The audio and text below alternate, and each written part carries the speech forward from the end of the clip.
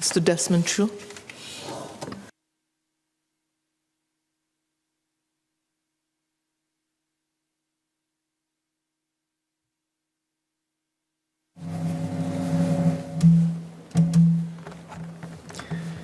Madam Deputy Speaker, I rise in support of the bill. Now, every year, more than 10,000 ex-offenders complete their sentences and are released. Now, upon release, reintegration is the most crucial step, and post-release employment is critical to the success of ex-offenders' reintegration into society. The employment preparation scheme can effectively facilitate this. The proposed scheme is more comprehensive than the work release scheme. Inmates will be able to equip themselves with relevant skill sets, enhancing their post-release employability. Now, retraining is especially crucial, especially considering the pandemic economy.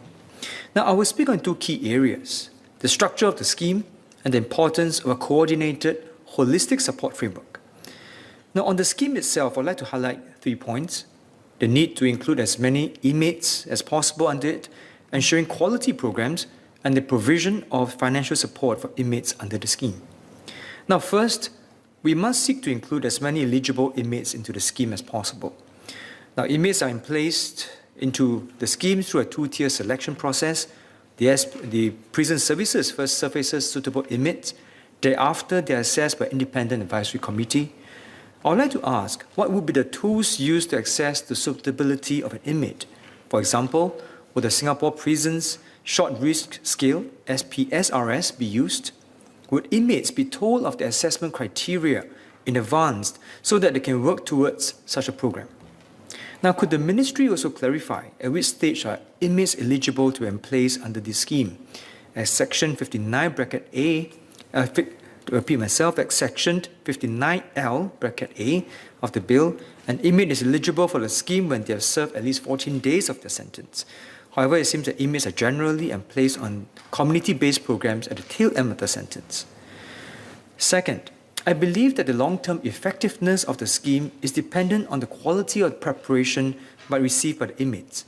Now, the pandemic, coupled with the disruption of digitization, has accelerated growth and demise of many industries, jobs, and skill sets. Now, upon release, some inmates may find themselves with skill sets that may not be practical or useful in this new economy. Skills audit and career counseling are then essential for successful training and placement. How can the ministry work with organizations such as SSG and E2I to prepare inmates? Now, the success of training is very much dependent on placement, and a place and train scheme is often preferred because inmates would be training with a clear purpose. Now, could the ministry develop pilot, place and train sectors? The labour movement stands ready to work with tripartite partners to support such initiatives. Now, thirdly, many ex-offenders need financial support upon release.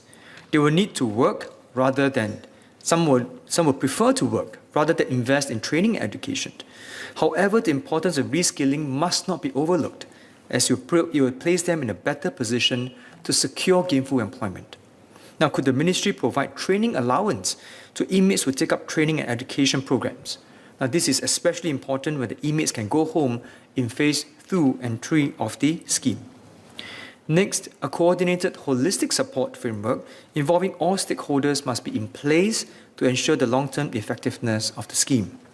Now, first, the success of the scheme is dependent on employers and workplace support.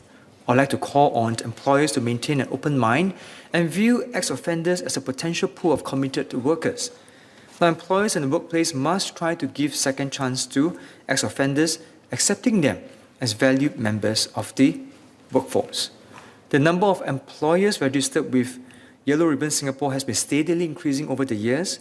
However, the research has also reflected that some inmates who are considered as PMETs were unable to find suitable vacancies commensurate with the qualifications. There is thus a pressing need to rope in as more employers in different industries to join as partners of the schemes. The unions will lend our support to do so.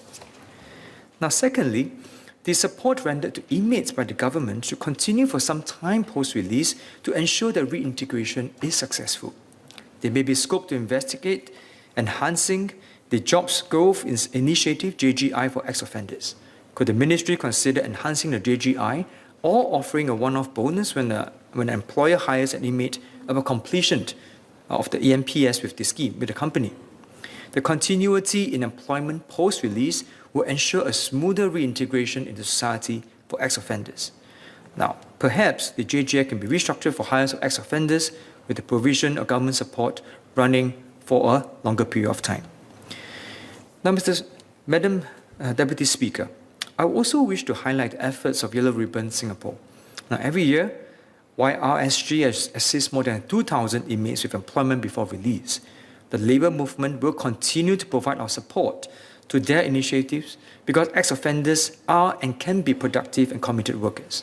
For example, since 2018, E2I has worked with Yellow Ribbon Singapore to assist approximately 1,000 ex-offenders by developing training programs and providing job matching opportunities for this pool of workers. The long-term effectiveness of the scheme is dependent on the existence of a coordinated, holistic support framework at all levels. As a nation, giving ex-offenders second chances is not just about providing them with employment, but also believing in them and wholeheartedly accepting them as part of the community. Notwithstanding my clarifications and suggestions, I support the bill. Thank you.